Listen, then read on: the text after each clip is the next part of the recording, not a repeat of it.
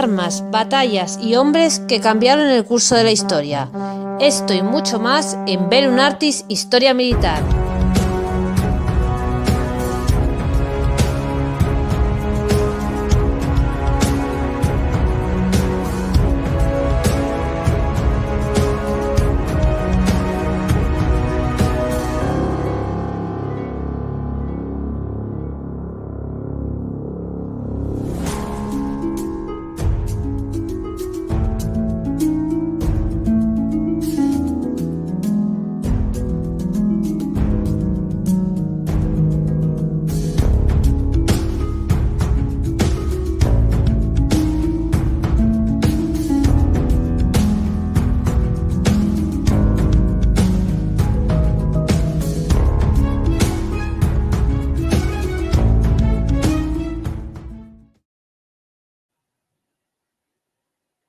Los últimos días del Imperio Azteca.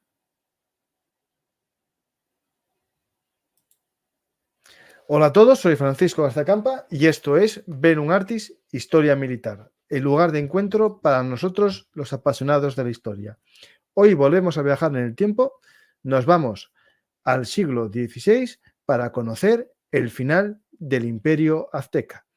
Bueno, o mexica, ya veremos la diferencia de terminología o si son sinónimos como lo eran hasta hace poco.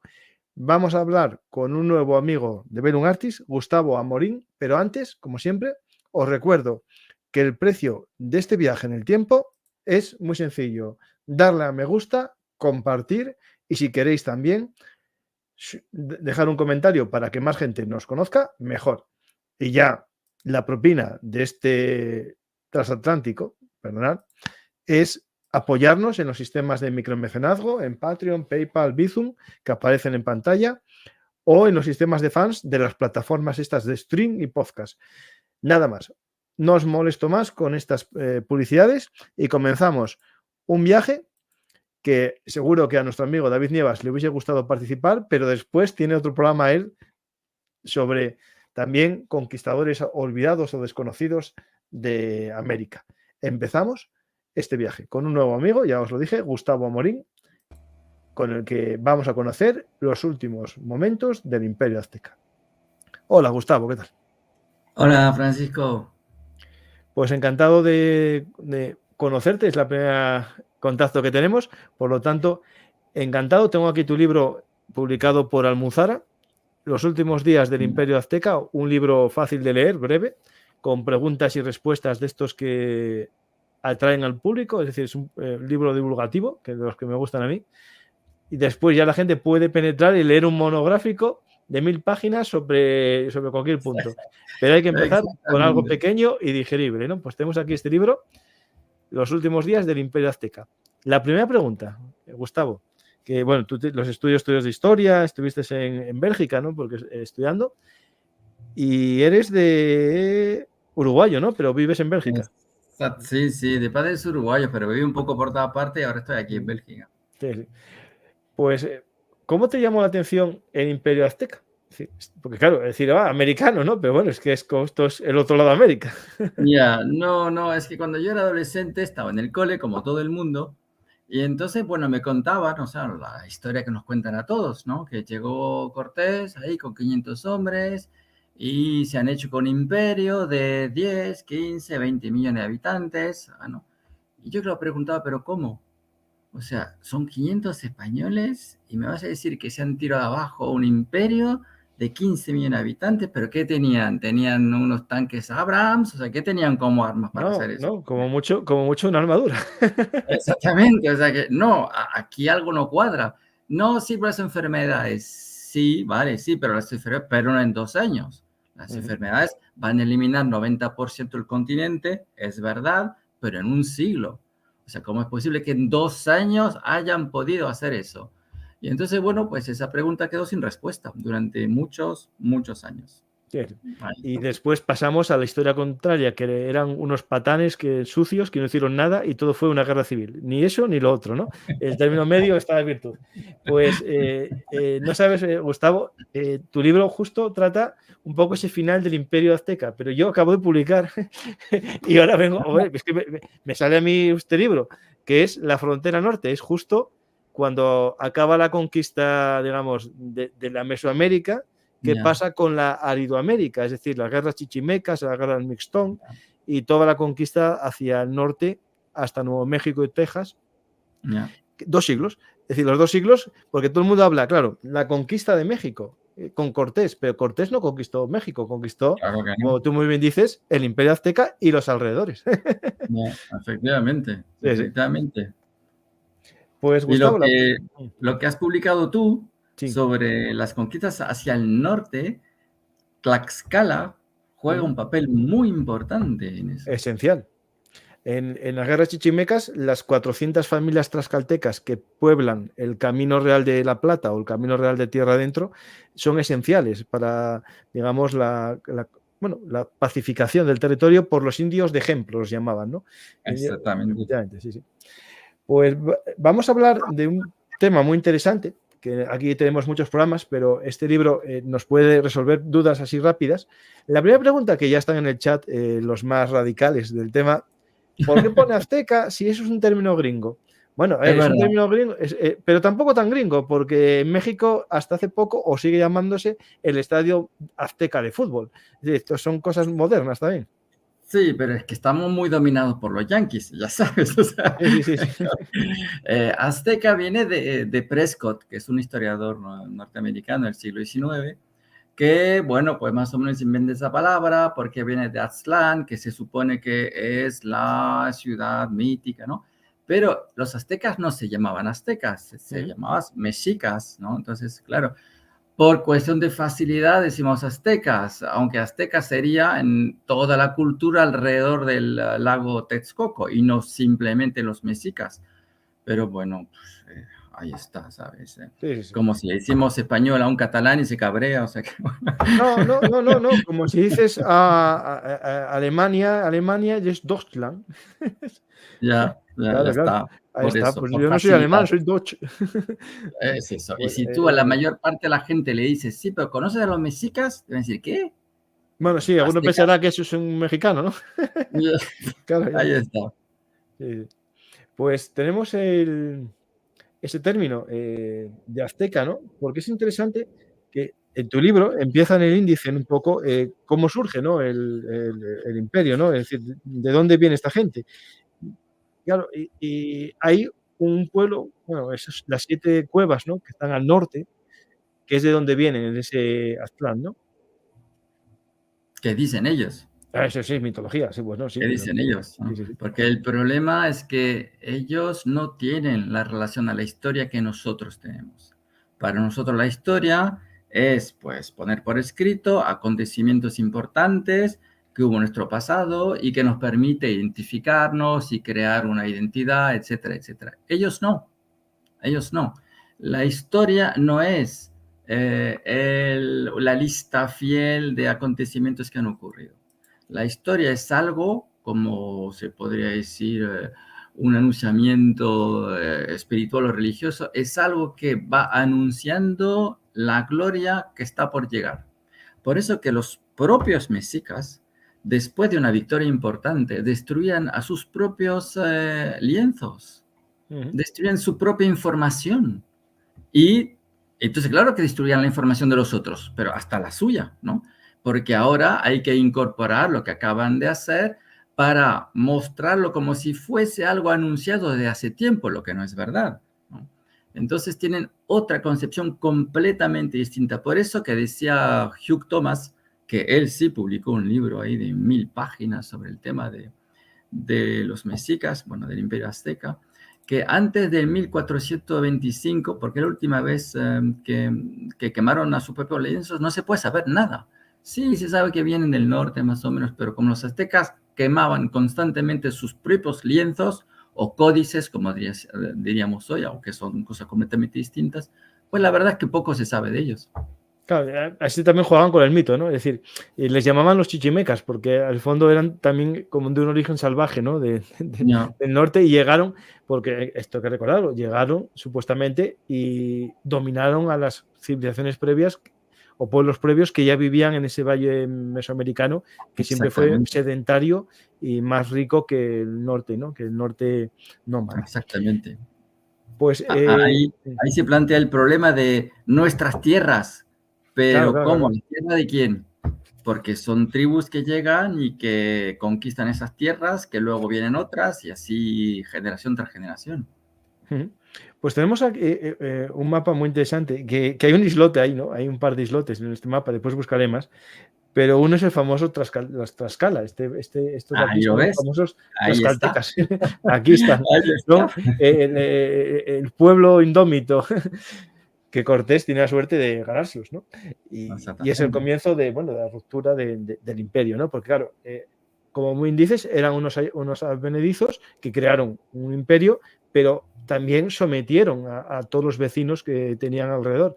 La gente lo está idealizando, pero bueno, hay que idealizarlo como todo. Como Ah, yo no no, me gusta no, la claro, leyenda claro. rosa española, tampoco me gusta la leyenda rosa mexica, ¿no? No, no, claro, hoy hablaríamos de una política de Estado terrorista, ¿sabes?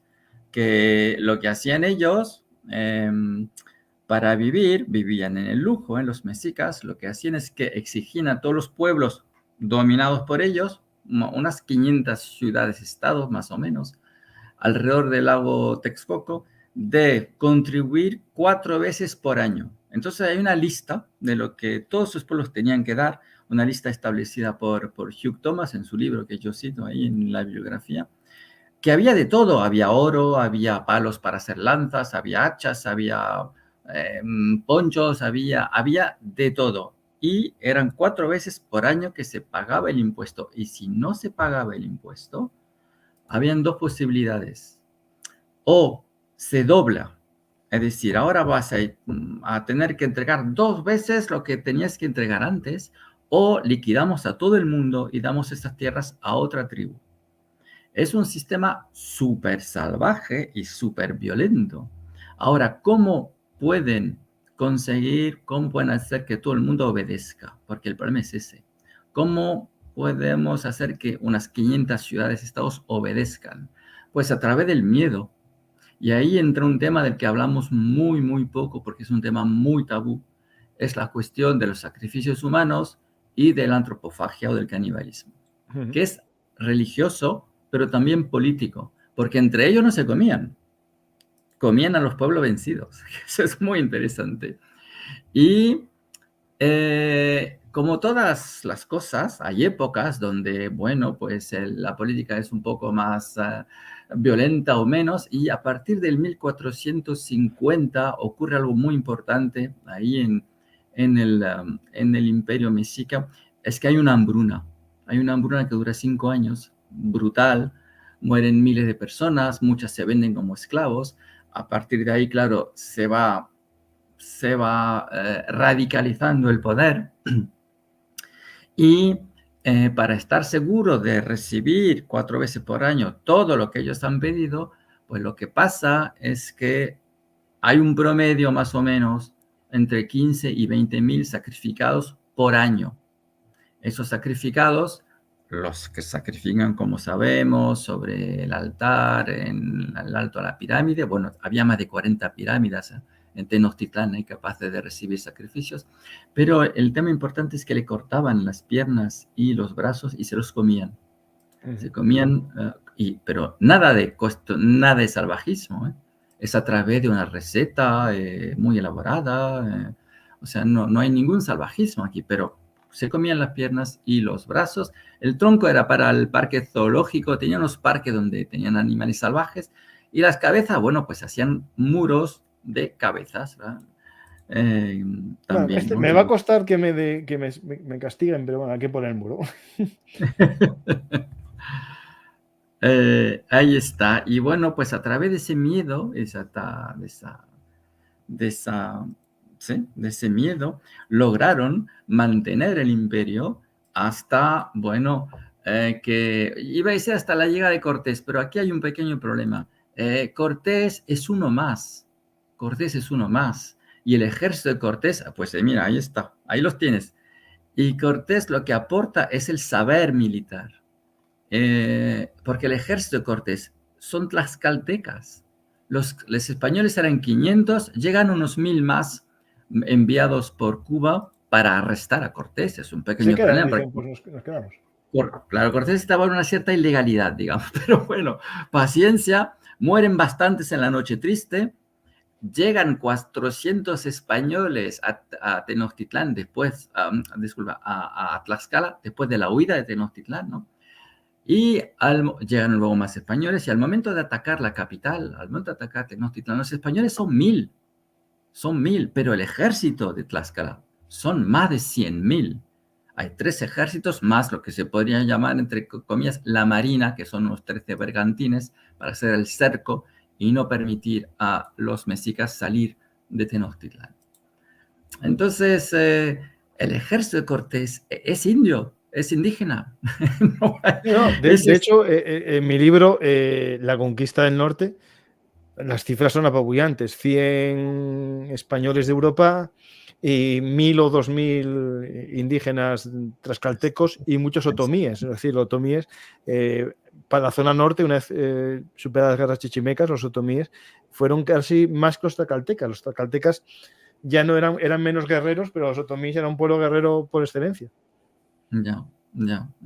Los tlaxcaltecas, bueno, van entrando en la aristocracia después de la victoria. Los títulos nobiliarios de los tlaxcaltecas eran reconocidos hasta en la Corte de Madrid, o sea que no había nada de racismo y de no sé qué, y todas esas invenciones, porque nosotros proyectamos sobre esa historia la historia de los norteamericanos y de los indios que ellos tuvieron allá, y no tiene nada que ver. La política aplicada por los norteamericanos en Estados Unidos es una política racista, profundamente racista. Imagínate que los matrimonios mixtos en Estados Unidos fueron prohibidos hasta mediados del siglo XX, hace poquísimo tiempo. Son súper racistas, son de raíces germánicas, mientras que en España la reina Isabel y luego Carlos V I de España y luego Felipe II, todos sacaron leyes para promover las bodas, los matrimonios mixtos, para crear una aristocracia local. O sea, es una mentalidad completamente distinta. No, y de hecho, bueno, los conquistadores de la primera etapa se casaron todos con princesas mexicas. Claro. Y bueno, y el famoso creador de la Guardia Civil es un descendiente de Montezuma, el duque de Ahumada. Pero bueno, pero hay gente que no se les puede estropear su relato porque viven en ese mundo. Yo, por ejemplo, lo tengo bien claro, la leyenda negra es tan peligrosa como la leyenda rosa. Hay que contar la historia como es, ¿no? Con luces y sombras, pero viendo luces y viendo sombras, es cierto que la preocupación que tuvo la corona de Castilla y después la corona de España de proteger a los indígenas no lo tuvieron otras potencias europeas. Es decir, eso jamás se vio normas debates teológicos sobre el alma, sobre la predicación al indígena, es decir, incluso fallos que hubo, por ejemplo, como el hecho de entregar, ¿no? Un número de indios para que fuesen educados, eso llevó al abuso, ¿no? Al abuso de la encomienda, y eso, cuando se descubrió, se prohibió y se llegó a quitar la encomienda porque vio que era un fracaso. Es decir, hubo fallos, hubo correcciones, y también es cierto que en una inmensidad tan grande, en un mundo en el que no existían tecnologías como ahora, era muy difícil que la corte pudiese imponer una ley que acaba de publicar en Madrid, en Escorial. Obviamente. Obviamente. La primera ley que sacan es bajo Carlos, bueno, había ya empezado antes con Isabel, pero bajo Carlos V, primero de España, sacan una ley que prohíbe la esclavitud. Y los conquistadores peruanos, bueno, los de Perú, se cabrean, claro, porque ellos necesitan a esclavos, ¿no? Y entonces Carlos I de España manda a un primer virrey, que me olvidé el nombre, lo pueden encontrar, y el hermano de Pizarro, Gonzalo Pizarro, lo mata. Lo matan enseguida, ¿sabes? Imagínate, entonces, claro, Carlos V se cabrea, primero España, manda otro ejército y, ¿sabes? Matan a Gonzalo y a otros. Es decir, que es la propia corona española que está luchando contra los conquistadores para proteger a los indios. Entonces, claro, la pregunta es, ¿cómo es posible en ese caso que esos indios que hayan vivido durante 3 siglos en ese virreinato, que no es colonia, mucho cuidado con eso, que no es colonia, como hoy cuando los vemos, en el siglo XIX, siglo XX, ¿no? Han acabado en semejante miseria. Pues ese es un tema tabú de la historia de América Latina, por una razón muy simple. Es que ese virreinato, esos, porque hubo varios en América Latina, han obviamente respetado la forma de organización económica de los indígenas, que era colectiva. Las tierras no eran privadas, no había propiedad privada. Había para los occidentales o los descendientes españoles, pero no los indios, porque los indios no funcionan así. Ahora, con las guerras de independencia, alrededor de 1820, un poco por toda parte, el modelo que se admirado por las burguesías latinoamericanas, es Inglaterra, claro, que ha vencido y que domina el siglo XIX. E Inglaterra, bueno, pues ya a partir del siglo XVI han empezado con lo que llamamos los enclosures, es decir, cerrar las tierras, porque antes tenían los open fields, que eran, pues eso, tierras comunales. Eso se ve muy bien en alguna película del oeste cuando empiezan a vallar, que hay una lucha entre los pastores de ovejas y los ganaderos.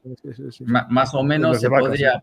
Más o menos podríamos estar... En el fondo, ese proceso es transferir las tierras de la mayoría hacia la minoría. En Inglaterra, pues eso que ha ocurrido que han echado cientos de miles de campesinos a las ciudades y que se busquen la vida, ¿no? Y es el lumpenproletariado sobre el que se va a basar la revolución industrial mucho más tarde. En América Latina han hecho lo mismo. Consideraron que eso de las tierras comunes o comunales o colectivas era un rasgo del antiguo régimen típicamente español y que es una cosa que no se puede, que no es moderno, ¿no? La modernidad es la propiedad privada. Entonces, bueno, pues vamos a sacar a todo eso y el que tenga dinero para comprársela o pagar las tierras, pues será suya, pero los indios no funcionan con numerario, con dinero en la mano. Es otra forma, los indígenas. Es otra forma de funcionar. Entonces, es a partir del principio del siglo XIX que esos indígenas pierden las tierras colectivas y están sumidos en la miseria. Sí. No es España, son las independencias latinoamericanas. No, eso tengo claro y yo... Una de las cosas que vi clara es que incluso con el liberalismo en España y la primera PEPA, la Constitución de la PEPA, había unas leyes de igualdad de trato de la población indígena y criolla, y eso no gustó a las élites criollas en 1812. Pero bueno, eso ya... Tengo una serie sobre la guerra de independencia y contamos más o menos todo eso. Vamos a ir un poco a preguntas sobre el Imperio Mexica o el Imperio Azteca, porque en tu libro... hay preguntas, ¿no? En la portada hay una pregunta que más o menos la respuesta la sé yo, porque en otros programas lo tratamos, pero así al gran público. ¿Sabías que los guerreros mexicas recibían un entrenamiento militar que nada tenía que envidiar al de Esparta? Esto es algo muy interesante, ¿no? Porque es lo que marca que es una sociedad guerrera, no es una sociedad de agricultores, no es una sociedad de músicos, aunque los tenían, de astrólogos, aunque los tenían, es una sociedad guerrera. Y aquí el mérito social se adquiere, ¿no?, por la captura de prisioneros, por ejemplo. Claro, porque, a ver, ¿cómo puedes crear un imperio con una sociedad de intelectuales, de artistas? O sea, no es posible. Claro. Es una sociedad de guerreros y esos guerreros harán todo lo que sea necesario para que, bueno, en ese caso hubo más de 500 ciudades-estados, participen, contribuyen al nivel de vida de los aztecas o mexicas. Efectivamente, y para eso es necesario tener un estado de guerra constante, y eso es interesante, que es el paralelismo con Esparta, que es lo mismo, hacen lo mismo, sacan al niño de la familia a partir de los 7 años por ahí, entra, bueno, en el caso de los aztecas, una escuela, se podría decir internado, escuela militar, en el caso de los espartanos entran en lo que se llama una clase de edad y hasta los 20 años pues tienen que intentar sobrevivir robando, matando y bueno, pues sobrevivir los más fuertes, ¿no? Bueno, en el caso de los aztecas, llegado a una cierta edad, tienen que lograr capturar a un prisionero y si no lo hacen pierden definitivamente el derecho de ser guerreros. El problema es que ese estilo de sociedad, que sea espartano o que sea azteca, no deja a los otros pueblos otro papel que el de ser súbditos. Entonces, el futuro político es muy complicado, porque la violencia para dominar, lo vemos con Estados Unidos, funciona durante un tiempo y luego ya después se va todo, se desmorona todo. Y si hay Porque una no es ventana de posible. oportunidad, que son unos tíos raros que vienen por ahí, más todavía. Ya. Sí. Entonces, ese es el problema y es por eso que yo puse un paralelismo, aunque haya más de 2000 años de diferencia, No, no, de y no hay distancia, conexión cultural, pero sí que se parece, ¿no? Y de ninguna. hecho, pero de hecho, los cronistas españoles mencionaban eso, ¿eh? Porque estamos, claro, que en España llegamos justo al comienzo del Renacimiento y las crónicas españolas, pues eso, simulaban esto a una Venecia, pues se parecía a la sociedad espartana, lo otro se parecía. Es algo que también en mi libro, en la frontera norte, muestro mucho esa vinculación con los clásicos, ¿no? Es decir, vamos aquí Ya. todos, esto se parece a algo, ¿no? Ellos buscaban una referencia porque entender esto, bueno, lo hace todo el mundo. Al final, cuando viajas, por, no sé si te pasa a ti, pero pasa a mucha gente, cuando viajas, dices tú, Para, esto se enten- parece a no sé qué. para Pues, entender las cosas las claro, claro, tienes claro, que comparar con algo que conozcas, y claro. claro. Ellos no conocen Venecia, pero sabían que había una ciudad que era una isla, pues decían, mira, esto se Ya. parece a Venecia, tal, ya está. Pues, y esto se parece a Esparta. Pues. Y hablando de dominación, hay un concepto, ¿no? Que es la famosa Guerra Florida, ¿no? Que Ya. era una especie de, bueno, de simbolización de la guerra, pero no era tan simbolización, a veces se daban de verdad, ¿no? Sí, o sea, siempre se dan de verdad, pero es una guerra económica. No, es decir, económica en el sentido que se gasta menos. Es una guerra donde se va a gastar menos, porque hay un pequeño problema y es que, a ver, si estamos sacrificando a 20.000 personas por año, hay un historiador mexicano muy interesante que se llama Zunzunegui, que él hablaba de 40.000. Bueno, a ver, yo todo lo que he leído hasta ahora es alrededor de 20.000, sacrificados por año. Entonces, en esa situación, eh, ¿cómo, cómo decirlo? Buah, ya intento encontrar respuestas cortas y al final me pierdo. No, vete a la larga, no hay un problema de tiempo por ahora. Al final me pierdo, ni me acuerdo el hilo de la idea. No, de la Porque Guerra estaba, Florida, que era exactamente, que era sí, una sí, guerra sí, eso, económica, eso, decían. porque estaba pensando a Cortázar. Estaba pensando a Cortázar, que escribió un pequeño cuento sobre la Guerra Florida. Entonces el problema es que, claro, se necesita gente para sacrificarlos. ¿Cuál es el objetivo del sacrificio? Verter la sangre. ¿Por qué? Porque es la forma de alimentar el sol. Si dejamos de verter sangre, el mundo se acaba. Entonces, es algo que no se puede hacer. Tenemos que estar seguros de poder constantemente, cada año, matar un cierto número de personas, según los ritos religiosos, para poder verter esa sangre y alimentar al sol. Entonces, la forma que han encontrado, porque claro, guerra de verdad, la gente se acaba rápidamente, ¿eh? Sí, sí, Entonces, claro, la, no. la forma que han encontrado es hacer esas guerras rituales. Es decir, pues cada uno pone un cierto número de guerreros, se matan entre ellos, muy bien, y luego lo que es interesante es que eh, el que ganaba, bueno, generalmente era Tenochtitlán, cuando ganaban invitaban a los líderes de las ciudades enemigas para asistir a los sacrificios de los prisioneros. Es que eran suyos. Es algo muy, muy interesante. Son las famosas guerras floridas que, bueno, a nosotros nos parece como algo que no tiene sentido, ¿no? Pero si te metes en la lógica de ellos, de que si dejas de hacer correr la sangre, el mundo se acaba, pues hay una lógica religiosa, pero hay una lógica en lo que hacen, claro, y permite de obtener el mismo resultado con menos muertos. En el fondo es eso. Esa forma de proceder religiosa, ese ritual, esa es la palabra que está buscando, es lo que ha salvado, paradójicamente, es lo que ha salvado a Cortés. Porque a un cierto momento en la batalla de Tenochtitlán, pillan a Cortés, capturan a Cortés, lo capturan por culpa de Cortés, porque estaban ahí los de Tlaxcala explicando que hay que destruir todos los barrios. A medida que avanzamos hay que romper todo, quemar todo, destruir todo. Cortés no quería. Cortés no quería porque quería ofrecer esa ciudad a Carlos I. Para que le perdonase. Entonces, si destruimos todo, pero y luego no, ¿no? Y a un cierto momento, pues en uno de esos barrios que Cortés no quiso destruir, los enemigos logran dar una vuelta sin que nadie los vea, aparecen por detrás y capturan a Cortés. Lo capturan y hubiesen podido matarlo, pero no, porque si lo matan ahora, ¿dónde está el prestigio?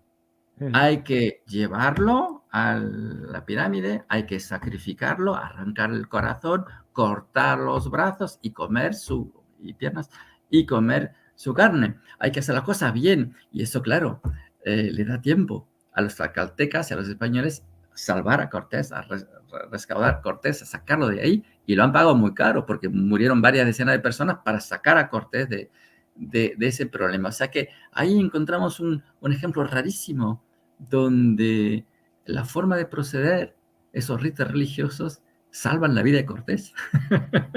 Sí. Es súper extraño, es súper extraño. Pues tenemos esto. Bueno, después una sociedad guerrera también estaba dividida por clases, ¿no? Están los famosos guerreros jaguar, había distintos tipos de guerreros que en el fondo era una forma de ascenso social, ¿no? No. Ahora, ese ascenso social se cierra. Es decir, había un poco como teníamos en Europa, es decir, tienes la nobleza de armas y no sé si la expresión en francés es la noblesse de cap, la nobleza de capa, es decir, la gente que trabaja en la administración. Sí, los funcionarios, sí. La crearon en Francia, era una nobleza típica francesa. Ya, ahí está. Eso se va cerrando, como que Zuma se va cerrando por la angustia, el cambio en el 1450 a raíz de la famosa hambruna que se repite en el 1505, unos 15 años antes de la llegada de Cortés. Pequeño detalle importante, porque siempre decimos sí, porque ahí, gracias a las chinampas, tenían un sistema de agricultura que funcionaba muy bien. Bueno, pues funcionaba muy bien, sí, es verdad, tenía una capacidad de producción importante, pero eso hacía también que había una natalidad, había un desarrollo demográfico muy importante por esa capacidad agrícola que tenían. El problema es que llegado a una cierta cantidad de gente, pues como no tenían intercambio, ni comercio, ni vía de comunicación donde podían transportar mucha comida, pues había demasiada gente. Y entonces, bueno, pues entrábamos en los rollos que conocemos de sacrificios, de guerras y... Claro, es que hay que entender, aunque ahora hay la teoría de que hay un hongo que salía en el trigo que genera proteínas, ¿no?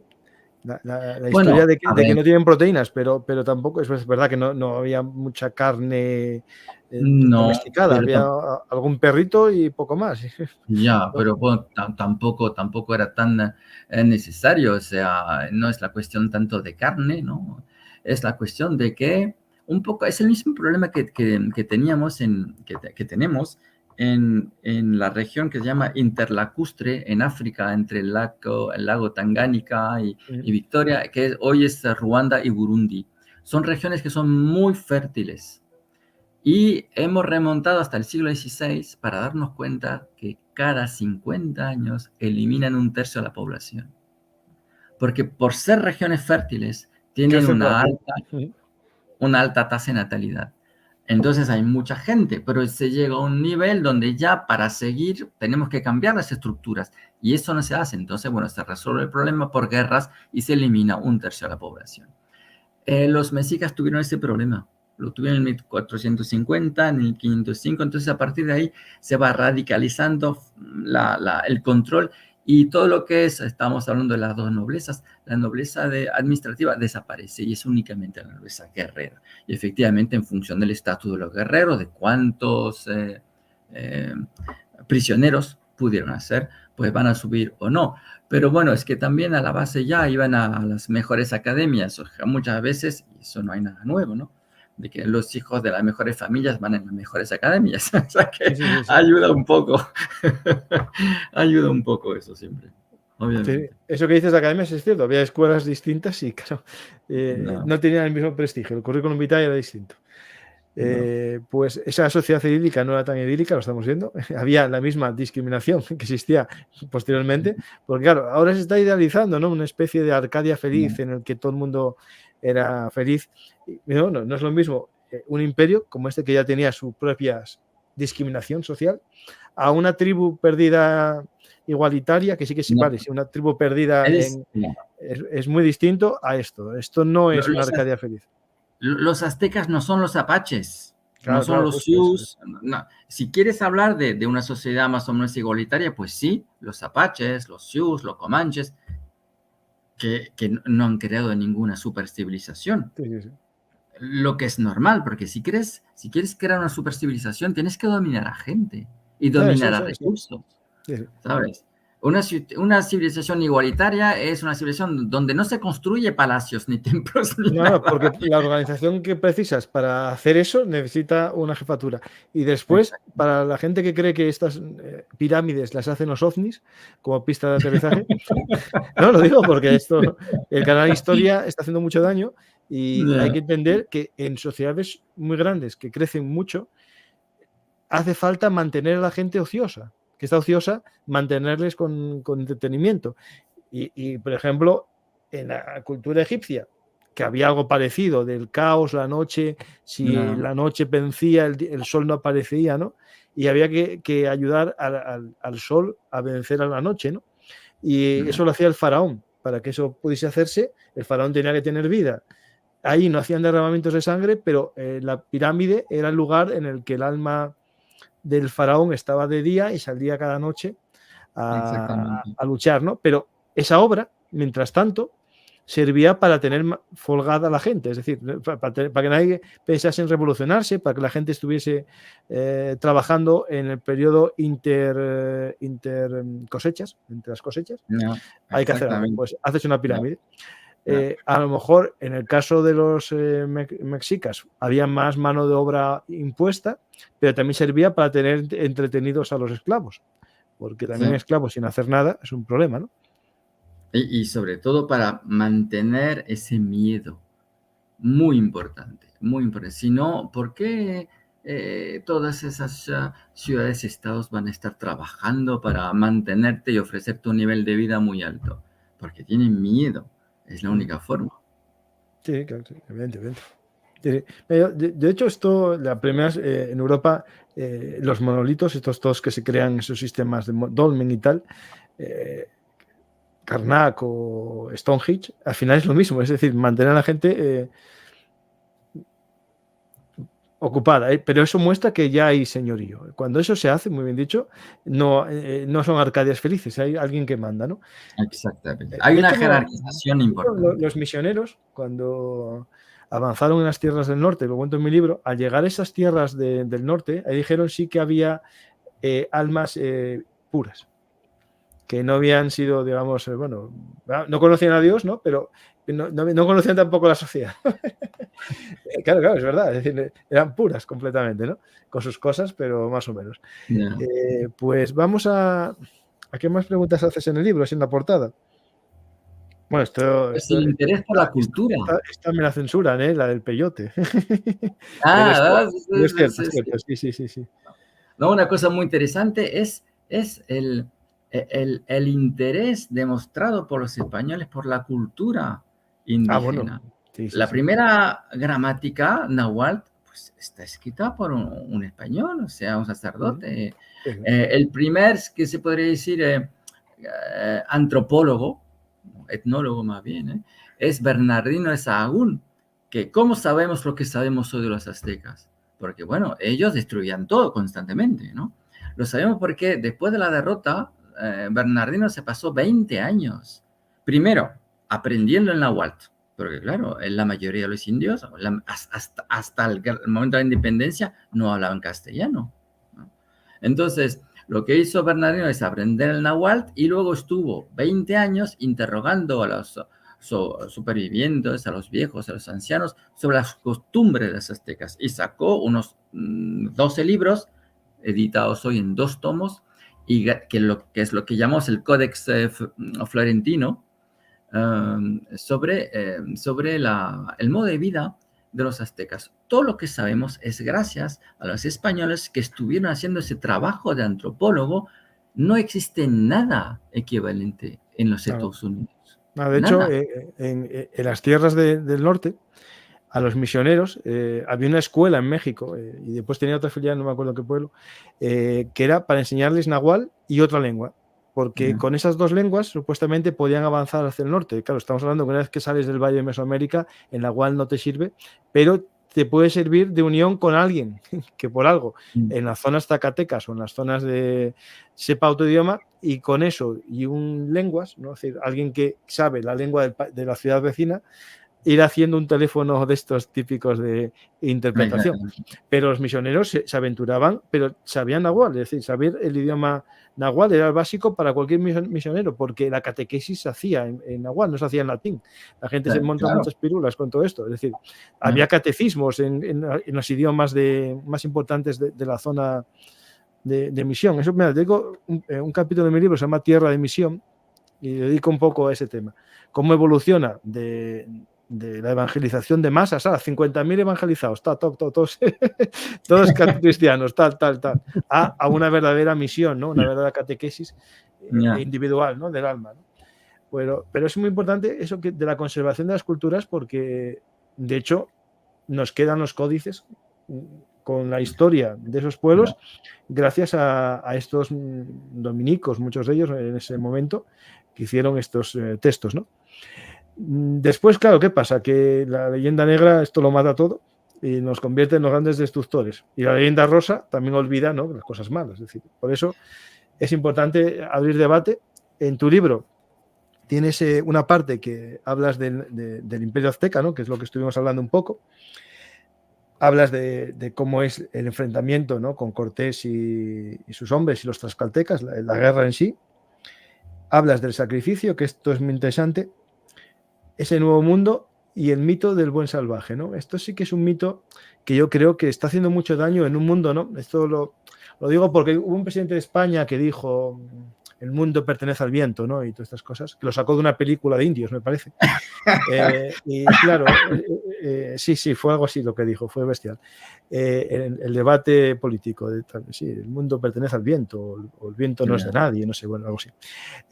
Claro, la idea del buen nativo, ¿no? Esas teorías, ¿no? De el hombre es bueno por naturaleza y la sociedad le hace malo, o el hombre es malo por naturaleza y la sociedad le impide ser malo, ¿no? Pero sí que hizo, yo creo que esta visión que hay ahora mismo indigenista, ¿no?, de un paraíso en la tierra, y llegamos los occidentales y lo destruimos, claro, choca con la arqueología. Con la realidad, está claro. Simplemente. Choca con otra cosa, Gustavo, no sé si le pasó a los mayas. Los mayas no desaparecen por el contacto solamente con los pueblos vecinos, sino porque ellos mismos destruyen sus ecosistemas. Claro. Eso es muy interesante, porque nosotros, claro, todo lo que dices con el indigenismo, el indio que vivió en armonía con la naturaleza, todo eso es falso, es súper falso. Como dices tú, los mayas estuvieron haciendo tantos agujeros para pasar agua de un lugar a otro que al final destruyeron todo. Los aztecas, ellos, ¿cómo han construido a su ciudad ahí lacustre en el lago? Pues cortando árboles. Claro, es que eso está, a ver, todo DF, bueno, tuvieron mala suerte de que vieron el águila comiendo una serpiente encima de un cactus, que era una profecía, y lo que tuvieron mala suerte que era en un islote, ¿no? En el medio del lago, ya. Y a partir de ahí tuvieron que construirlo todo. Ya. Gustavo, como defensa no está mal, ¿eh? Un islote está muy bien para defenderte, la verdad que sí. Ya, no, como defensa es fantástico, pero a ver, tienes que cortar cuántos bosques para llegar a eso. No, claro, entonces, es que eso es al final, pues eso, ellos habían arrasado el medio ambiente alrededor del lago Texcoco. No había ninguna vida en armonía con la naturaleza. Es falso, es completamente falso. Y los mayas, por ejemplo, destruyeron muchos árboles para hacer la cal de los templos. ¿Ya? Para la caliza, es verdad que en la Ribera Maya todo el suelo es caliza, por eso están ahí se va a caber el nombre. Los ¿Ya? agujeros, ¿Ya? los agujeros de las cuevas estas subterráneas. Que no se acaba. ¿Ya? Ah, ¿Ya? Efectivamente. y Pero eso destruyen para hacer cal y parece que eran los ecologistas en acción, ¿no? ya, pero eso yo creo que también, ¿ves? Va vinculado a otra cosa, que de nuestra historia, o de nuestros mitos más bien, esa necesidad siempre de creer en un paraíso perdido, pero existió en nuestra historia una época muy bonita, donde vivimos en armonía con la naturaleza, ¿no? Y que luego la civilización lo vino a estropear todo. Y es un poco Adán y Eva, ¿sabes? Tenemos nosotros en nuestra religión, nuestra cultura, aunque seamos creyentes o no, eso nos da igual, ¿no? Pero está en nuestra cultura ese tema del paraíso perdido y quisimos ver en esos indios, en esos indígenas, pues eso, un ejemplo del paraíso perdido que no existe, que nunca ha existido, porque como hablo de eso en el libro, los antropólogos que estuvieron trabajando sobre la prehistoria, donde también queríamos pensar que la guerra era muy ritualizada y que se comportaban de una forma humana, etc. Es falso, es todo falso. Las masacres eran increíbles también y el salvajismo, pero nosotros necesitamos creer que en alguna parte de nuestro pasado hay algo Claro, ahí puro. está, bueno, como dices, sí, el mito, el paraíso perdido, ¿no? Después está Rousseau y su historia, ¿no? Exactamente. Y después está, bueno, perdóname, pero es así, la teoría marxista de la historia, del materialismo histórico y Que sus, vamos a llegar, que claro, vamos a llegar a un mundo perfecto, sí, sí, en pero armonía. partimos de un mundo perfecto, que era el mundo sin propiedad, y cuando aparece la propiedad, Ya, desaparece el mundo perfecto, ya volveremos a la perfección que cierra el ya, círculo, que es ya, la desaparición de la propiedad privada, ¿no? ya, Pero bueno, ya. pero es importante entender esto porque al final, cuando tú mezclas indigenismo, posmodernidad y pensamiento marxista, te sale una explicación de por qué los españoles somos el diablo sobre ruedas que llegamos a destruir una Arcadia feliz, ¿no? Lo digo porque yo no soy ni leyenda rosa ni negra, pero no me gusta tampoco que me vacilen mi historia. No, pero basta simplemente ver cifras, o sea, las cifras en Norteamérica, por ejemplo, eran alrededor entre 8 y 10 millones de indios cuando llegaron los primeros colones ahí con el Mayflower, etcétera, ¿no? Se planteó enseguida una cierta realidad de que, a ver, como lo digo yo, empiezo con esa expresión en inglés en el capítulo sobre las tierras, sobre la expropiación de las tierras, que todo gira alrededor de la propiedad privada. Es decir, cuando los colonos en Norteamérica ven a los indios, ven salvajes, ¿no? Que no entienden el concepto de propiedad privada, entonces hay que matarlos a todos, punto. ¿Cómo se puede matar a esa gente rápidamente? En el 1800 había unos 60 millones de bisontes en Norteamérica. Un siglo después, en el 1900, hay menos de 1000. Sí, sí. Y no fue por cazar piel, había un propósito de. Sí, sí, eso es cierto. Pues claro, hay que matar a los bisontes, hay que acabar, porque es la base de la economía de los indios. El otro punto muy importante es matar a todos los caballos. Hay que acabar, si no puedes matar a los indios, por lo menos mata a los caballos, porque si no los caballos no se pueden desplazar y se acabó, ¿no? Y entonces al final tienen que ir a las reservas, porque no hay otra. La fecha, sí, 1900 también, había en 1900 unos 400.000 indios en todo Estados Unidos. La masacre, el genocidio es verdadero, es una política que no tiene nada que ver con lo que pasó en América Latina. Solo que en América Latina, como por cuestión de enfermedades, desaparece el 90% del continente, entonces empezamos a hablar de genocidio. No, a ver, nosotros en Europa tuvimos en el 1347-48 la famosa peste, la gran peste, que eliminó un tercio de la población. Los supervivientes pues desarrollaron un sistema inmunológico mucho más fuerte, y cuando llegan a América, los indígenas nunca fueron confrontados a esto. Entonces, claro, desaparecen y mueren como moscas. Claro, pero hay que entender que no es un arma biológica, porque el propio español moría también de viruela. Es decir, propagaba la viruela, a él a lo mejor no lo mataba, pero mataba a la población que...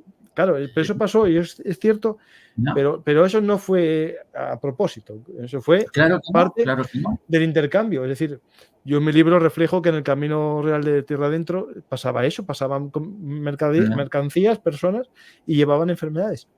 Algo que pasó desde siempre. Claro. Y los españoles, por ejemplo, pierden sus aliados, porque mucha gente de Tlaxcala muere, un montón de gente. O sea, claro. Y por ejemplo, nadie cuenta que la sífilis vino de América.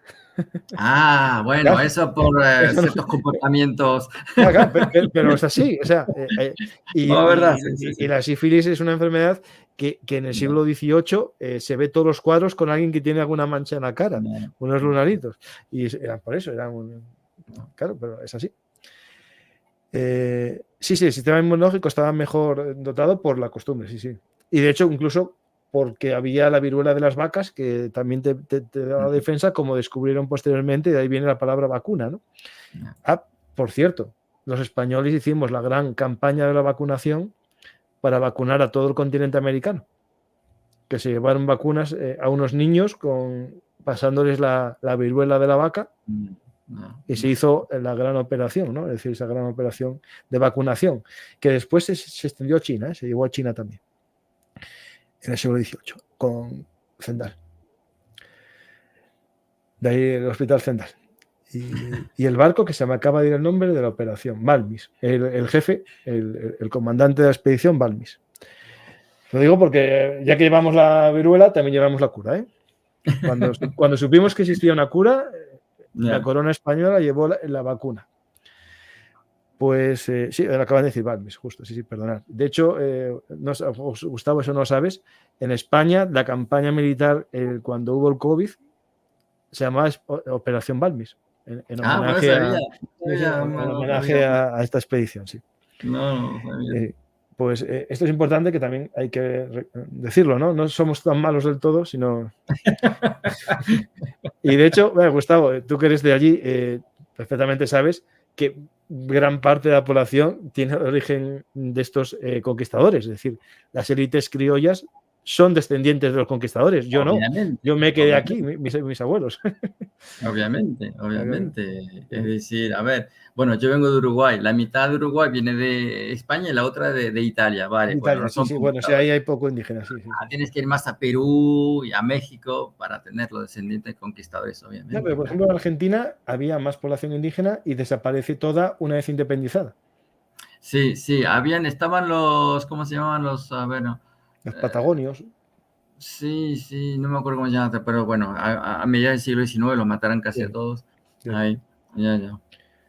Pues de alguna cosa más, déjame alguna cosa que pueda preguntarte, y si no pasamos a preguntas, porque claro, dedicas un tema un poco a romper la leyenda negra en relación a México, ¿no? A la conquista. Ya. Y bueno, ya lo estuvimos hablando en el tema. Claro, esto sería profundizar, no vamos a leer todo el libro aquí.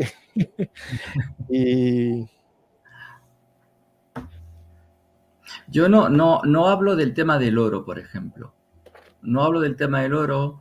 Bueno, sí. Porque fue plata, más bien. Sí, no, pero cuidado, estamos hablando de México, ¿eh? Porque Perú no, en México fue más plata.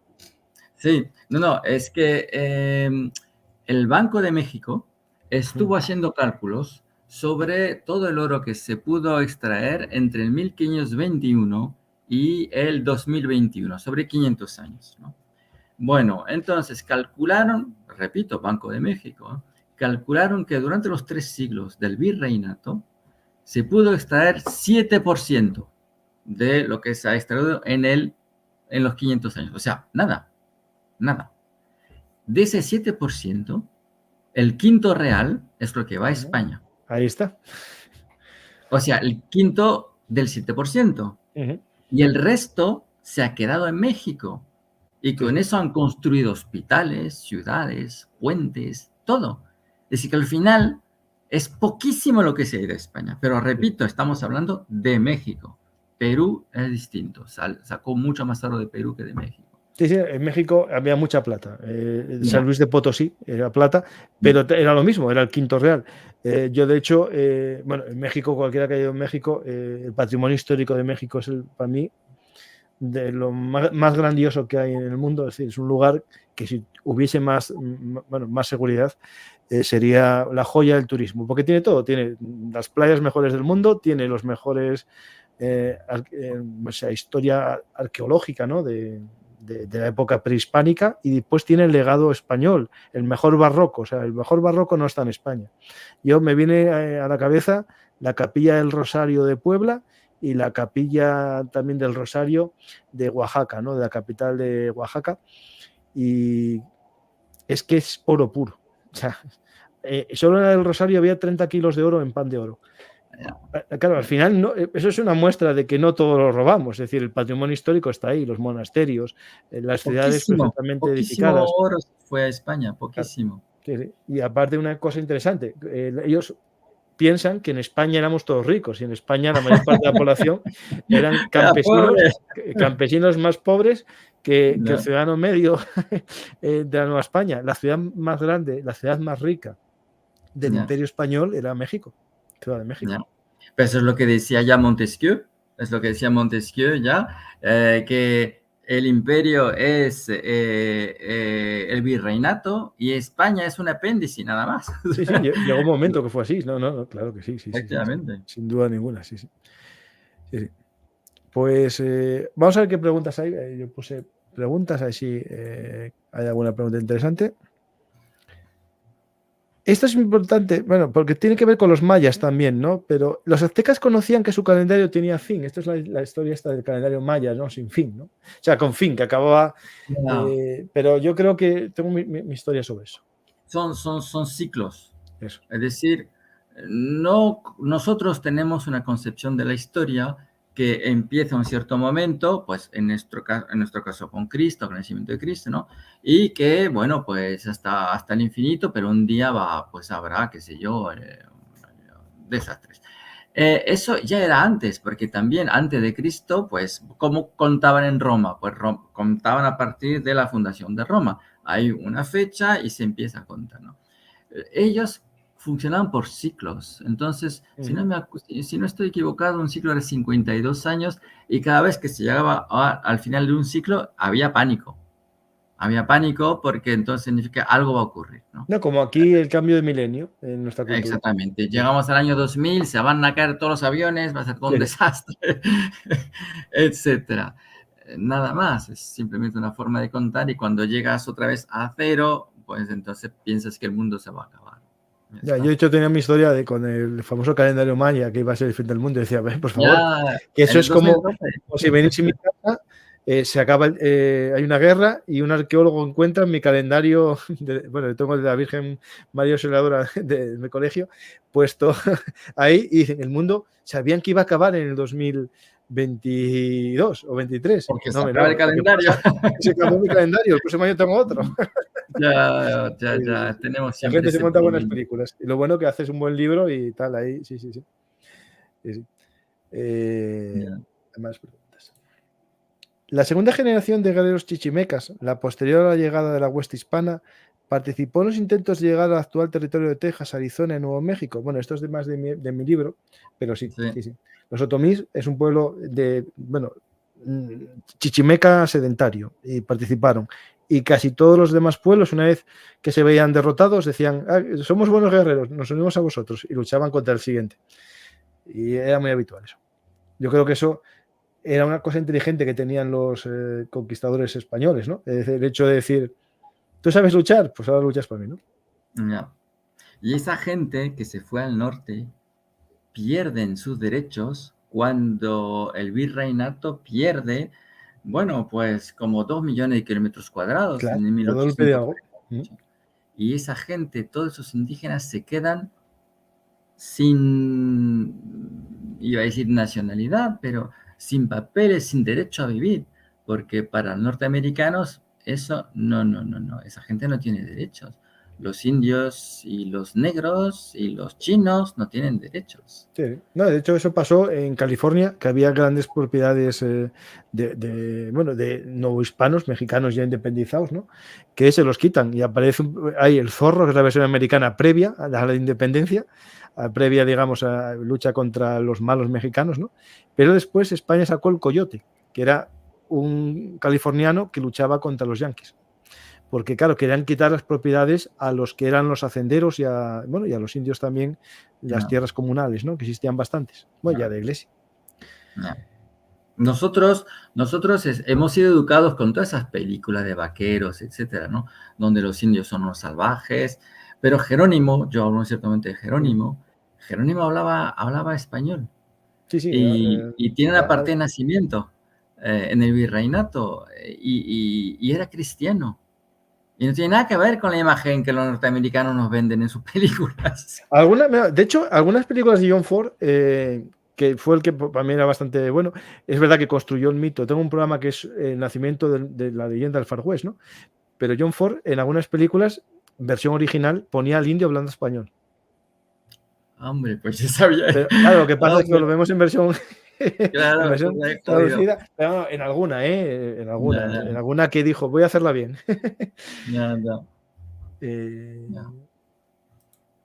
En aquellos tiempos México, bueno, era así tan seco, tan lleno de cactus y tal, o era más verdoso tipo el jardín del Edén. No, bueno, aquí, a ver. México es México. No es España igual. España, ¿qué es? Asturias verde, lleno de montañas con lluvia, o es Guadalajara o Cuenca, o es todo. Pues es lo mismo. México es igual que España, es todo. Tiene tierras verdes como Asturias, igual. Tiene selvas, como en Chiapas, en Oaxaca, o tiene la Aridoamérica, que se parece más a Almería que a cualquier cosa, ¿no? Es decir, cambio climático hubo, seguro. Es decir, Gustavo, en estas malas cosechas, algún microcambio climático hubo, ¿no? Y las consecuencias de la política agrícola de los aztecas, de cortarlo todo y al final no queda nada. O sea que eso también, ellos han influido también en el clima, efectivamente. Sí. Y eso se repite en muchos, como en la isla de Pascua, es el mismo fenómeno, van cortando y luego se quedan en un desierto. Eso se repite en muchos lugares. Sí, porque eso tiene un tema, bueno, porque cuando llueve el agua escurre más y no llega a penetrar en tierra y se produce una desertificación por culpa del talado, sí. Porque aparte, claro, eran talados sin repoblamiento. No, por ejemplo, España en el siglo XVI ya hacía repoblamiento de los bosques de pinos en la zona de Cantabria, que era la que surtía de madera para hacer los galeones, ya empezó a repoblar. Porque se dio cuenta de que tú cortas y mañana no vas a tener el mismo tipo de árboles, ¿no? Y se hacía ya un repoblamiento. Pero cuando hablamos, bueno, antiguamente se cortaba y punto. Es decir, no había otro. En el Imperio Romano, toda España estaba cubierto de árboles. Sí. Toda España estaba cubierto de árboles. Bueno. Sí.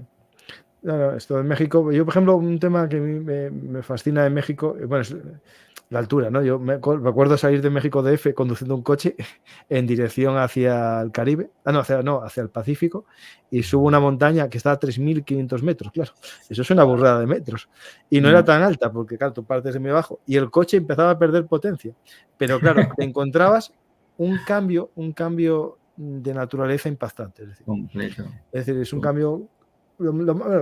Aquí en España, el que pasa el túnel del Negrón en Asturias y León lo nota parecido. Pero es a otra escala, pero sí.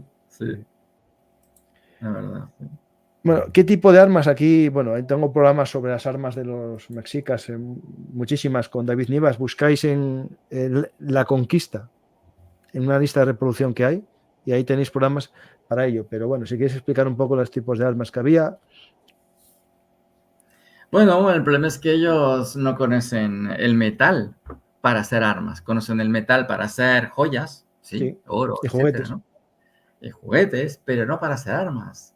Entonces utilizan esa obsidiana, esa roca de obsidiana, que, bueno, pues la meten, ¿cómo es? Es como un palo de béisbol, más o menos, ¿no? Pero con trozo de obsidiana. Y efectivamente, pues hacen cortes que luego no cicatrizan. Pero bueno, da igual, porque también vamos a arrancar el corazón, o sea que no es necesario que vaya cicatrizando, ¿no? Que son armas pesadas y difíciles de utilizar, obviamente. Y los españoles, bueno, porque siempre hablamos ahí, sí, pero los españoles tenían la pólvora. A ver. Sí, esa cuestión de poseer arcabuces, ellos utilizan arcabuces y unos cañones. Si eso hubiese dado la superioridad completa, ¿cómo explicar que después de Cortés hubo media docena de expediciones a Florida, expediciones más importantes que la de Cortés, Sí, como son. con más hombres, y todas fracasaron y murieron? Bueno, a ver, pienso en el Pánfilo de Narváez, que tuvo un pequeño problema ahí con Cortés porque era Velázquez, el gobernador de Cuba, que había mandado Pánfilo de Narváez con 1000 hombres para arrestar a Cortés, aunque bueno, luego Cortés le dio vuelta a los 1000 hombres y el Pánfilo de Narváez, bueno, se fue a la cárcel y luego lo liberó. Y luego él encabezó una expedición, él y hay muchos otros, Sí, sí. A Florida y murieron todos. Sí. Murieron todos. Aquí lo cuento, aquí lo cuento. Ah, pues mira, entonces yo me callo. No, pero que la gente no lo sabe, que la gente no lo sabe. Tú sigue. Sigue. Murieron todos y ahí hay algo muy interesante. Es una cosa rarísima también. Que no hubiese podido pasar fuera del mundo hispano. Y es que en la expedición de Pánfilo de Narváez había un hombre que llamamos Cabeza de Vaca. Uh-huh. Se salvó con 2 otros amigos, se salvó, pero cuidado, estuvo unos años de esclavo en las tribus indias, porque las tribus indias tenían esclavos. Tienen esclavos. O sea, en Arcadia Feliz tenían esclavos, sí. Ya, no es que somos todos iguales para nada, ¿no? Y lo que ha hecho es que poco a poco, pues aprendiendo y trabajando y huyendo también, se puso a recorrer los, ¿cuántos son? Más de 3000 kilómetros. Todo el Golfo de México, ¿no? Saliendo de Florida, caminando y llegando hasta México y lo recibió, hasta la capital, y lo recibió Cortés. Sí, pero no entra por México, Gustavo, no entra por el Golfo de México, entra por el Golfo de Cortés, por California. Sí, no digo, le da la vuelta. La vuelta a México entero, o sea. Sí. Ahí, le da la vuelta, va caminando. No va por el camino fácil. Va caminando, hace toda la vuelta hasta llegar ahí. Y bueno, necesito como 8 años para hacerlo. Sí. Y lo que es muy extraño es que en toda esa aventura, él aprendió el chamanismo. Ah, pues ahí, eso. La verde. Ahí. Y va dando toda la vuelta hasta llegar a la capital y va a aprender el chamanismo. Y cuando llega a México, los españoles se quedan muy sorprendidos, no saben muy bien qué hacer, porque va acompañado de decenas de indios por los poderes mágicos que había adquirido Cabeza de Vaca. Una cosa extrañísima. No, él ya tiene experiencia de médico de combate en las guerras de Italia. En la guerra. Sí. Pero hay un personaje que no voy a contar yo, pero que era todavía más pintoresco, que era Estebanico el Negro. Sí. Iba con él y ya no te cuento más porque la gente que lo lea en el libro, él iba rodeado de otras cosas. Pues ese hombre ha vivido esas 2 culturas. Sí. Ha habido esas 2 culturas. Y luego Cabeza de Vaca volvió a España, lo mandaron al Río de la Plata, tuvo problemas con los occidentales, bueno, con la gente, con los descendientes españoles ahí en el Río de la Plata, porque él siempre tomaba la defensa de los indios, por haber vivido todo eso. Y luego tuvo que irse otra vez y volver a España. Es decir, que es un hombre que mucho antes, porque vemos eso en las películas de vez en cuando, que un occidental entra en contacto con indios y quiere vivir como ellos. Cabeza de Vaca lo hizo antes de todo el mundo. Ya ha vivido esos 2 mundos. Sí. Y bueno, para Esteban el Negro no decimos nada. No, quiero leer. Vale. Que es como el del WhatsApp. Pues, bueno, lo de las armas de fuego están en el debate. A ver, eran importantes porque hacían un ruido, pero punto. O sea, es decir, la cadencia de tiro que tiene un arcabuz comparado con las flechas. Es verdad que en la zona mesoamericana no usaban muchas flechas, más bien casi ninguna, pero no es un arma, no es una ametralladora Gatling contra... No. Los españoles preferían las ballestas. Sí. Todos los españoles preferían las ballestas. Más rápido, más ligero y con un alcance superior. ¿Por qué? Porque los arcabuces no tenemos cañones rayados. O sea, no tenemos lo que da la precisión a la bala. Y encima, bueno, no sé si te acuerdas la película esa de Marvel, Los Inmortales, que de vez en a un cierto momento ves, se supone que estás ahí en Tenochtitlán y que ves a conquistadores españoles con arquebuses y que están disparando a todo el mundo, ¿no? Como si fuese eso, una ametralladora. Cuando, Como si a ver, fuesen Estados Unidos entrando en un pueblo de Vietnam. eso, exactamente.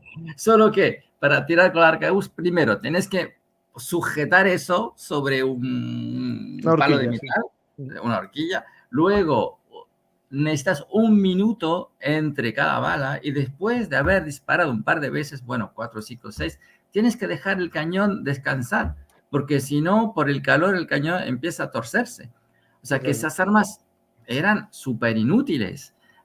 Son útiles en las guerras europeas cuando pones 2.000 arquebuses que disparan de un solo golpe, entonces sí, vale. Pero en ese caso no valía nada. Y los españoles preferían, obviamente, las espadas, las lanzas y las ballestas para disparar. Eso sí. Es decir, que las armas de fuego muy poco útiles, muy, muy poco útiles. Los caballos eran muy importantes en terreno abierto. En Tenochtitlán no les sirve de nada a los caballos. No, eso no. Pues ahí los caballos y los perros, que sí que te daban más miedo casi los perros, de verdad. Los perros pues, de caza. Sí. Efectivamente. ¿Por qué Cortés eligió Tenochtitlán como capital en lugar de alguna ciudad costera como Veracruz? Yo creo porque estaba todo allí ya, porque va a ser todo lado. Y bueno, por seguir el poder, ¿no? Porque el lugar está muy bien elegido, es estratégico, tiene una simbología. Ahora, hay algo muy interesante que dijo ese historiador Zunzunegui, mexicano, que decía que todo el problema que tenemos, hablando de los mexicanos, todo el problema que tenemos de identificación viene del hecho de haber llamado a ese país México. ¿Por qué le damos el nombre de la tribu contra la que estuvimos luchando para liberar a todo el mundo? Porque esa gente hacía trabajar a todo el resto del lago Texcoco y sacrificaba y se comían. Si en lugar de llamar eso México lo hubiese llamado Tlaxcala, claro, seríamos todos felices y no tendríamos ningún problema. Qué guapo quedaba, ¿no? Y a ver cómo vendían que éramos malos los españoles. A ver. Imposible. Claro, Ahí es imposible. No pueden decir nada. Era una reflexión muy interesante. No, y muy buena, ¿eh? No, estaba bien pensada, sí.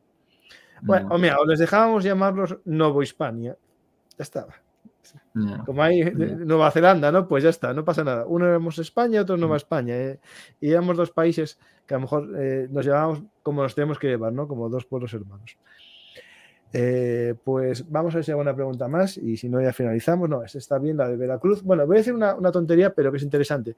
En México, al igual que en Estados Unidos, la capital del estado nunca está en costa.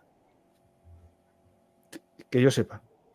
Es verdad. Porque en Estados Unidos es muy peligroso. Y siempre en Estados Unidos, por ejemplo, ninguna de las grandes ciudades casi son la capital, porque son costeras, y siempre la capital es más pequeña, porque está en el interior. Pues lo que han hecho los turcos, porque la capital antes era Estambul, Constantinopla, y la movieron a Ankara, porque, bueno, al interior, porque si no, casi había un plan de Churchill en el 16 de poner fin, de sacar al Imperio Otomano, que era aliado de los alemanes, ¿no? Atacando Constantinopla, subiendo por el mar Egeo, entrando por las Dardanelas y bombardear a Estambul, solo que no pudieron porque, bueno, nunca llegaron, los turcos los pararon antes y ahí dijeron, vamos a mover la capital, que eso es peligroso. Ahí hablan aquí también en el debate, son cosas del chat de Malinche, ¿no? El malinchismo. Sí. Claro, ya para finalizar, el papel de Malinche, ¿no? Porque claro, para Malinche ahora lo están convirtiendo en la gran traidora, ¿no? Y antes era la gran heroína, ¿no? Es decir, pues para ti Malinche, ¿qué papel tiene, no? Bueno, a ver, Primero, el papel de la Malinche es que ella sabía hablar un poco castellano. ¿Por qué? Porque Cortés no es el primero que intenta meter pie en la zona. Hubo otras expediciones antes de él, pero fracasaron, se salvaron algunos españoles, entraron en contacto con Doña María, como la vamos a llamar luego, ¿no?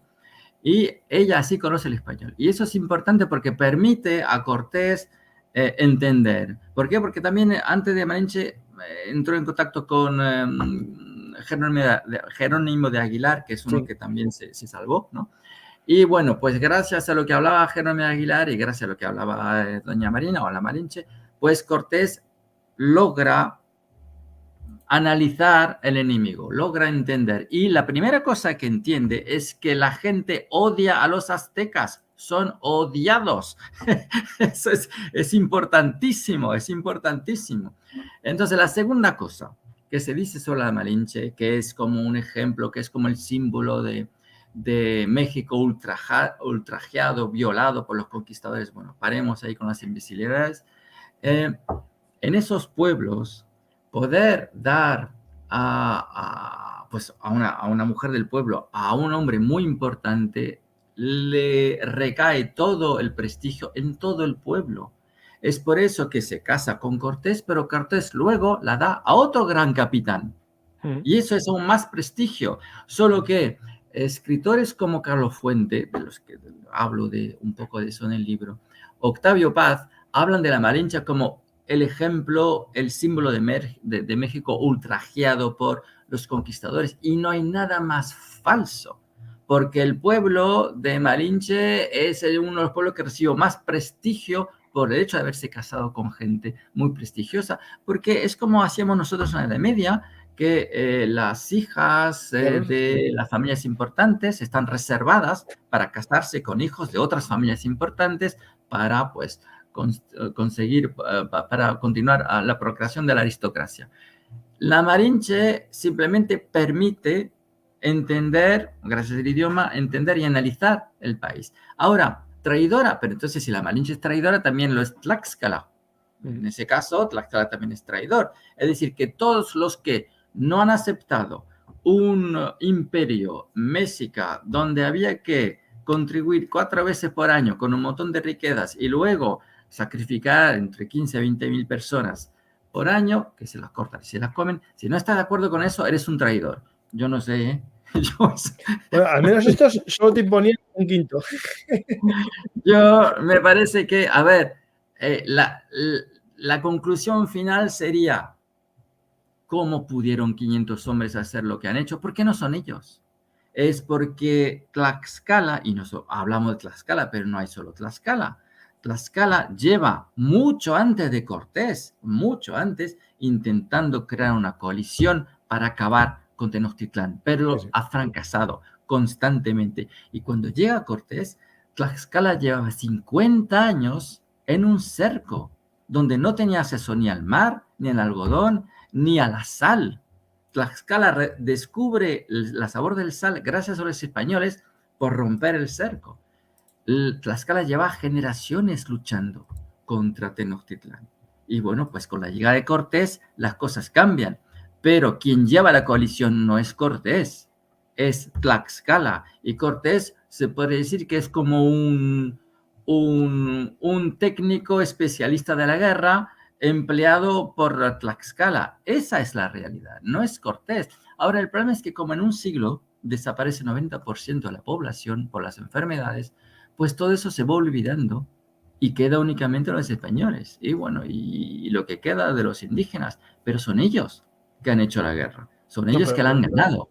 Pero en población hay que pensar que las cifras de población en México demuestran que no fue tal el exterminio en la zona, es decir, el número de nativos es muy alto, pero el de mestizos es casi el 80% de la población.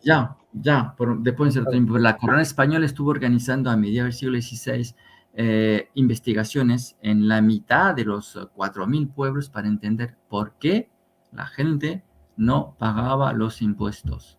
Y es que no había más gente. Porque desaparecían, pero a una velocidad. Y bueno, basándose sobre eso, los anglosajones han hecho toda esa política anti-española por los celos que querían pillar el imperio que tenía España, sí, claro, ¿no? Funcionó, al menos lo dividieron, eso está claro. Eso está claro. Pues vamos a finalizar porque ya no hay más preguntas, Gustavo. Y fue todo un placer hablar contigo sobre este libro. Y ¿tienes algún libro más publicado de otros asuntos? ¿Es tu primera obra? No, bueno, yo publiqué por hace mucho tiempo un tema sobre el problema de la campaña de Galicia bajo Napoleón cómo los franceses han calculado muy, muy mal el tema, ¿no? Pero es de guerras napoleónicas. Ahora yo estoy trabajando sobre un proyecto, pero mira, tengo para 2 o 3 años porque es enorme, enorme, y es los 3 tentativos de destrucción de Rusia por Occidente. Es muy, muy peculiar. Pues está... A ver, déjame 3. Espera. Espera, 3. ¿O estás ya añadiendo la guerra de Ucrania como tentativa? Es el tercero. Bueno, por eso digo yo, es que creo que está... El tercero. Porque toda la gente se olvida que en el 2014 los norteamericanos han hecho un golpe de Estado en Kiev para instalar un gobierno, echando abajo un gobierno democráticamente elegido, para instalar un gobierno elegido por ellos. Estaba la Victoria Nuland, la número 3 del Departamento de Estado norteamericano, en el equipo de la gente que eligió ese gobierno. Y ahí ya había media docena de neonazis prohibiendo el ruso en la administración y en las escuelas. Y empieza la guerra del Donbass. Aquí en Europa no se dice nada de todo eso. Bueno, en el 2014 se dijo cosas, pero yo creo que eso fue como un poco picarles y ahora la hostia se la dan ellos. Es decir, yo creo que la tercera será una autodestrucción, más bien guiada. Pero nosotros siempre nos hemos equivocado, tanto en el... No, yo eso no tengo dudas ninguna de que era mejor vivir con Rusia. Pues claro, pero, hombre. De Gaulle hace más de medio siglo. De la Ucrania, eso tampoco. El futuro de Europa siempre ha sido Rusia, siempre ha sido Rusia. De Gaulle lo explicaba hace más de medio siglo, no Estados Unidos. Nuestros intereses están mucho más relacionados a Rusia que a Estados Unidos, pero bueno, estamos como estamos. Yo creo que lo interesante sería que fuese cierto eso, pero claro, tampoco evitar, guerras geopolíticas que lo paga el Paganini, que es Ucrania, ¿no? Es decir, de una manera u otra, ahí los pueblos están sufriendo esta tercera guerra. No sé si se logrará lo que tú dices, pero bueno, las otras dos... Cuando sacan las cifras de los muertos, que eso es tabú. Hay 500.000 de ucranianos muertos en esa guerra. No, y de rusos por ahí, 300.000. Nadie dice nada del tema, pero aún porque estuvimos durante 2 años viviendo una fantasía de que Ucrania iba a acabar con Rusia. Bueno, ahora la gente está despertando a ver quién saca las conclusiones y dice las cosas. No, a ver, yo en este programa hablé mucho en el canal de historia, pero más en de actualidad. Yo soy más pro-ucraniano, eso todo claro, no tengo ningún miramiento para reconocerlo, pero las muertes van a ser de más de 500.000 o de 600.000 entre los dos, sin duda ninguna. Eso es sin duda ninguna. Y Ucrania tiene una desventaja, y eso mañana voy a hablarlo de ello en el programa, es que depende completamente del apoyo occidental. El día que ese apoyo occidental disminuya en armas, ahí te doy la razón que Rusia puede vencer o por lo menos obligar a una negociación. Eso es cierto, pero a Rusia tampoco le está saliendo muy barata esta partida. Si tú 500.000, que no te lo niego, a lo mejor de civiles y todo. Pues mira, abrimos apuestas. Por el momento, las cifras de pérdidas rusas están alrededor de 60.000. Y las ucranianas son 10 veces más. No, eso es imposible. Eso es imposible porque solo en Bakhmut Prigozhin dijo que eran 60.000. Entonces, bueno... yo esa cifra, Gustavo, no me la creo mucho. Mira, yo eso lo saco de un antiguo coronel de los servicios secretos suizos que se llama Jacques Bot y que ha sido agente de la OTAN y ha publicado un par de libros de estudios sobre que por el momento poco se habla porque, claro, lo que está diciendo él está tan opuesto a lo que decimos en los medios de comunicación que, bueno, preferimos... No, yo 60.000, a ver, yo el 500.000 de ucranianos no te digo que no, porque sí, pero 60.000 rusos solo en Bakhmut, Prigozhin dijo que los había perdido él.